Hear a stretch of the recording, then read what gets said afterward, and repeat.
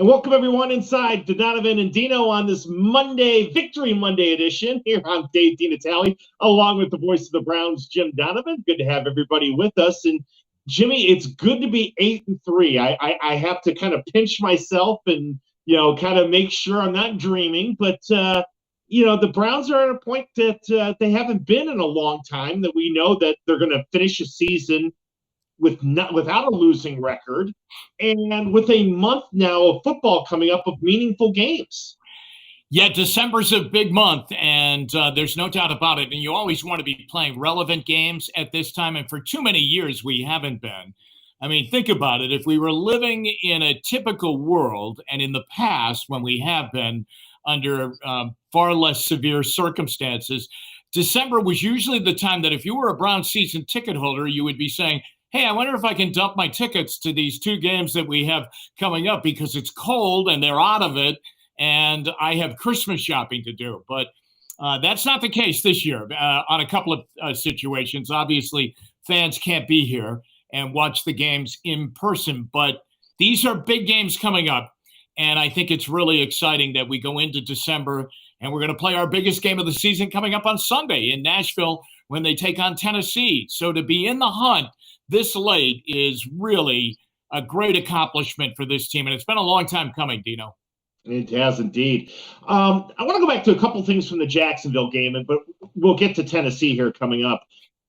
Your adopted son, one Mr. Nick Chubb, was just superb again. And, it's just he's almost now to the point where I don't think that the rest of the league will talk about him as an MVP candidate, but the numbers say, when you look at what the Browns were, those games that he was out with the injury and what they've been with him, I mean, statistically speaking, it's pretty crazy, Jimmy, the amount of lift he provides to this franchise from the running back position.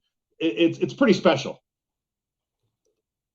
Yeah, it's amazing. It really is. And, in today's NFL, you talk about quarterbacks and you talk about wide receivers and you talk about quarterbacks throwing for over 300 yards and wide receivers getting over 1,000 yards and coming up with highlight plays to score touchdowns. But with the Browns, you're talking about a running back and a couple of running backs because I include Kareem Hunt too. But if we're just dealing with Nick Chubb, you're dealing with a guy that is so throwback that it's incredible. I mean, it's like it's time warp. You're looking at a guy that wears the uniform like an old-fashioned player, runs the football, and that's how he makes his living. And yet, maybe one of his biggest plays yesterday was a catch out of the backfield on a 3rd down and 12 when he caught that screen pass and got them the first down that finally put the game on ice. He's unstoppable. He really is. You might stop him a little bit early in the game, but you're not going to stop him late in the game, and you're not going to stop him for the bulk of the afternoon. He had 100 yards alone in the second half of the game. I personally, Dino, in that crazy scenario late in the game when they were 2nd and 1 and 3rd and 1 and 4th and 1 and didn't get the first down, I don't want to second guess, but I guess I am. I would have liked to have seen Chubb in the backfield. I love Kareem Hunt, but Nick Chubb is just a north-south runner, and that's a north-south play to just get a yard. And he's such a forward guy and a forward running back that I would have been a little bit more comfortable to give him a crack at it and see if he could do it. Now, they should have gotten it. There's no doubt about it. I don't think they got the best spots or the measurements and things like that. But he's an amazing player. He does anything it takes to win, whether it involves him or helping out somebody else on the offense to try and provide a block or a big play for them. He's a fantastic player. He is. John Dorsey will live on that pick. I mean, Denzel Ward, Baker Mayfield, these other guys, yeah, great. The trade to the Giants to get OBJ, big moves, no doubt about it. But Nick Chubb's the one. He's the one. It's his team right now. It really is. Yeah, especially on a day where, you on the defensive side, I mean, you knew it was going to be a struggle because you didn't have Myles Garrett. You didn't have Denzel Ward, the aforementioned Denzel Ward. So you're already shorthanded and they're having difficulty stopping the Jags. So you need, your big players to step up. Not only did Chubb do so, but it was so nice to see Jarvis Landry have a terrific game. And really, it was reminds me of just 2 years ago in 2018, in his first year here. And I think he's healthy, and I think it helps too. But it was really nice to see Jarvis be that big player that the Browns needed. Oh, and a big player he was, too. He made some big plays in that game. It really was. Walking up to the game, in his media availability last week, he admitted that he's been struggling. There's no doubt. Not with the quality of his play, but the ability to play because of the injuries. That rib shot he took early in the game against Indianapolis at the beginning part of the season, that has lingered. That's been very painful to him. And you go back even farther, and that surgery he had in the offseason, it's taken a lot of time for him to feel like he's, put back together. And I think still Jarvis Landry will always block for you. He'll always fight downfield for you, even on some of those big Chubb runs in the game against the Texans and the game against the Eagles leading up to this game. At the end of those big runs, is Jarvis Landry flying in there and making a final block to give Chubb, 5 or 7 more runs, more yards on those runs. But yesterday, that was the Jarvis Landry of old. And they're going to need that guy now the rest of the way. I've been worried about that without Odell Beckham Jr. being available to them. And I think Kaderil Hodge has given them, a lot of good time. I think that, I think that Higgins is still very young in his career. I think Donovan Peoples-Jones is at the beginning of his career. You need somebody that's been in the wars, so to speak. And Landry has been that kind of guy. And I think that that's going to be very important for them. He was tremendous yesterday. There were 2 or 3 catches where he actually won the football. He went in and, it was such a tight window, and the defensive back was right there, and he would win the ball away from the defensive back, pull it away, take it away from them, and really almost like a 50-50 ball that he always came out on top with because he won possession of the football. Which I know was a big thing for him because he had scored a touchdown. He had the one against the Raiders, but it was reversed on replay. So a fantastic game by him, and it comes at the right time for them.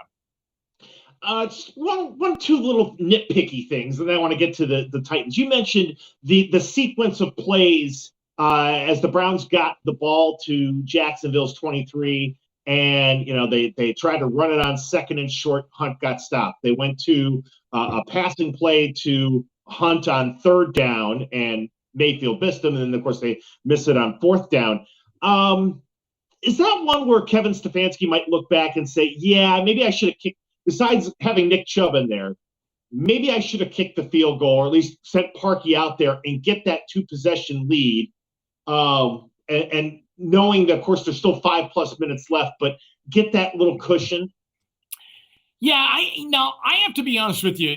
As I was calling the game, that did not enter into my mind. But it's very. I mean, it's an excellent point, and it's a point that I think Kevin Stefanski mulled over last night and this morning, and he might have done it differently too. That maybe you put the field goal team out there and get the 2-score game, because I think that's all it was going to take the whole afternoon. I think if they could have gotten to a 2-possession difference, a 2-score game, I think that might have taken the spunk out of the Jags, who I thought played very well and very impressively for a team that was missing as many players as they were. And they were going with their 6th kicker and their 3rd quarterback of the season, and a guy that hadn't played since 2017. I mean, they were missing coaches. They were missing everything, and they had lost 9 games in a row, and they were right there. They were right there with the Browns. That thing got very scary at the end of the game if you're a Cleveland fan. Yeah, I mean, I think that you might have looked at that. There's no doubt about that. And I think that, I think sometimes he's a young coach. This is his first time, doing this. With being really the offensive coordinator and the head coach all at the same time. It's a big decision. I think he felt and has felt a number of times this year that they're good enough offensively that they should be able to get a yard. I mean, they ran for over 200 in the game. I mean, you figure they're going to, the odds are they're going to get a yard.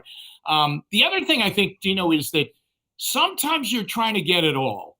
And maybe you should just take what's there. And maybe the field goal was the way to go. But sometimes you're not only trying to, get the first down, but you're also working on that clock. And I think that was in their mind. They kept trying to work on the clock, and they've been successful doing that a number of times this year, not so much yesterday, at the end of the game, and in particular, that sequence of plays. So I think that's a valid point. I think that maybe the next time around, he may go for the field goal and take the lead, take the points. It was a day where you gave up points. It really was. I mean, Doug Marrone gave up points. He gave up a point early in the game when he took the point off the board and went for 2 and didn't get it. That changed the strategy in the game a little bit. Mayfield missed a couple of throws in the end zone. Those are points that are out on the field. So, I think that, that's some of the things you're looking at right now. And even the dog wasn't happy with that, with how that played itself out. I know. Here's the thing with Baker. I thought, for the most part, his throws, he made some terrific throws, didn't get picked at all yesterday. But, the ones, unfortunately, that kind of stand out that you remember are the miss to Higgins in the end zone and the miss to Hunt near the red zone that could have helped to run out the game a lot quicker than they did. Again, it's nitpicky, and Baker played well, but those are the ones you can't miss when you're playing the Titans, the Ravens, or the Steelers coming up, right? Yeah, and the Jaguars too. And he knows that. I think, you can see his reaction after he misses those throws. He's beside himself. I still think, Dino, that he overcooks the thing sometimes, and he plays at such a rapid rate, and he's so excitable sometimes that, he wants to do everything right away. The throw to Higgins, there was no pending doom on that play. He was so wide open. It's almost like, and you go back to the days in baseball, you go back to when Steve Sax suddenly couldn't make the throw from second base over to first base, and you say, God, he's done it a million times. Why can he do it now? And it was just something, that went AWOL upstairs. He just couldn't do it. Sometimes the wide is the toughest throw to put on. And you're right, he made some fantastic throws yesterday, but sometimes the guy wide open is the guy that, you underthrow, you overthrow. In this case, he overthrew it, and he threw it wide, and it was ugly, no doubt about it. And the one to Hunt was the same way. I just think sometimes he needs to just settle down a little bit and not be so hyper. It is so wide open that it's there, and it doesn't have to get there a second earlier than he wants it to. So I think that this is his maturing process, I guess. The no interception thing, though, is really important, because at this time last year, he was really starting to rack them up. And even in his first year, Dino, even as glorious as it was that he was throwing the 27 touchdown passes in his rookie year, by the end of that year, he was throwing some interceptions.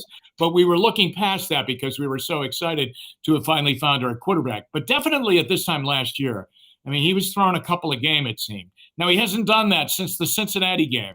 And remember, that was the first throw of the game. So he threw a ton of passes after that. And, he connected on 21 in a row. And he's been very good in bad weather. And then he went down there yesterday, and I thought he was very good again. It's just something he's going to get past, and he's going to have to get past it. And you're right. That's going to become very magnified if that costs them a game. It almost cost them a game yesterday. Absolutely. And now you're playing, the Browns have kind of done what they've needed to do against the Texans and the Jags of the world.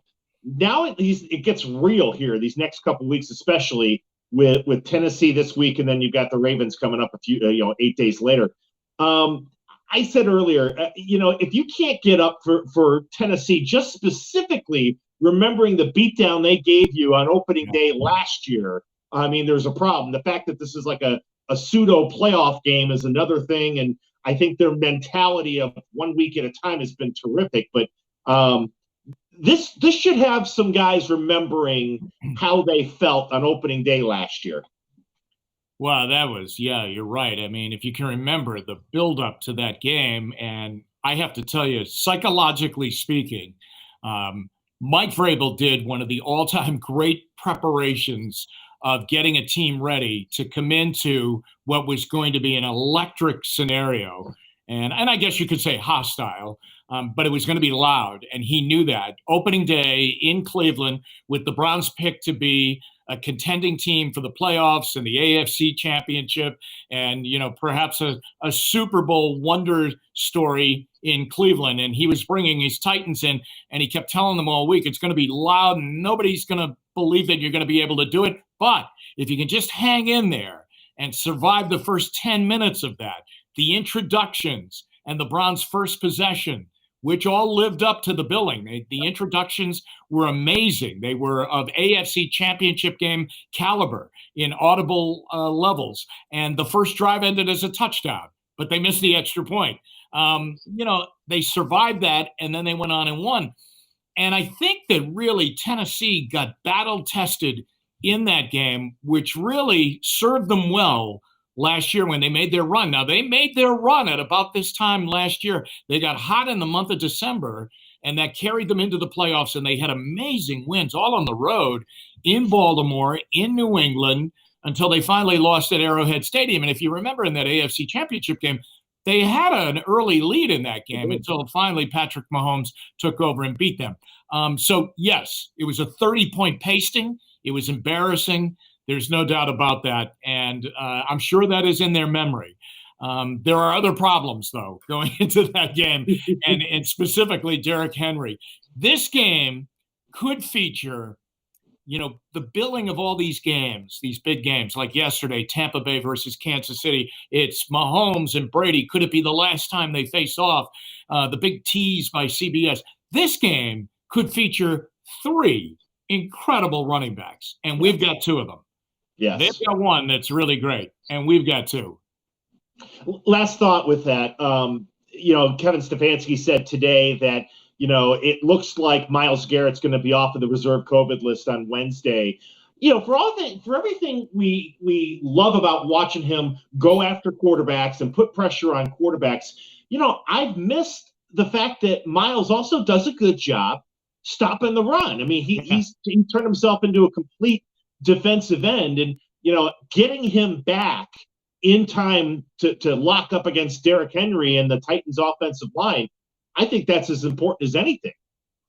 Oh yeah, definitely. I think the Browns have a choice going into this game, and when you strategize, I think you go in and you do it the old Bill Belichick way. Belichick's way, and I'm sure it's still present today because it's worked so well, is we're going to take away what the other team does best. We'll take away their best player. So if you're playing Tennessee, you're going to say, we have to minimize or try and take away Derrick Henry so that he doesn't hurt us with long runs, but beat us with a lot of runs, where he keeps the ball away from you. So the Browns have a decision. I mean, do they try and do that and then say, let's see if Ryan Tannehill can beat us? If we had a choice, who are we going to try and take away in the game? I think the obvious choice is you're going to have to control Derrick Henry in the game. I mean, he had an incredible game yesterday against Indianapolis and had 3 touchdowns. He had like 170-plus yards rushing in the game.